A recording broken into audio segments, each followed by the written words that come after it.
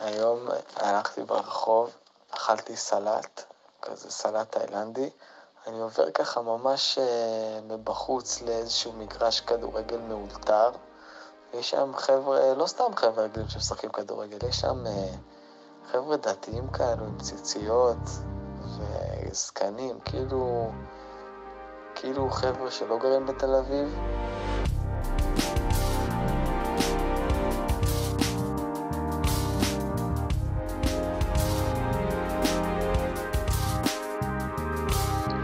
בוא אספר לך סיפור שקרה לו מזמן, והגיבור שלנו לא אחר מקוטי גוטס מגן, הוא הולך לו ברחוב אוכל סלט תאילנדי.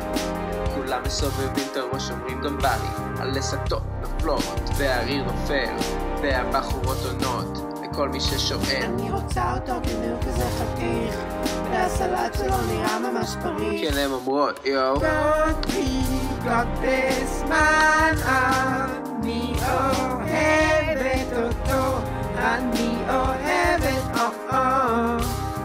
קוטי גוטס מן, אני אוהבת אותו, אני אוהבת קוטי ממשיך לגלוש ברחוב, הוא אוכל עוד כרוב אדום עם קרי צהוב, הוא לא ציפה שזה יהיה כל כך חריף, נהיה לו חם והוא מוריד את הצעיף. הוא עובר ליד מגרש כדורגל מאולתר, אבל משהו לא רגיל, זה נראה ממש מוזר. יש שם חבר'ה עם ציציות וזקנים, נראה לי הם מבני ברק או ממאה שערים. הם באו לפה לעשות כדורגל, והנה השוער הוא קורא לו לדגל.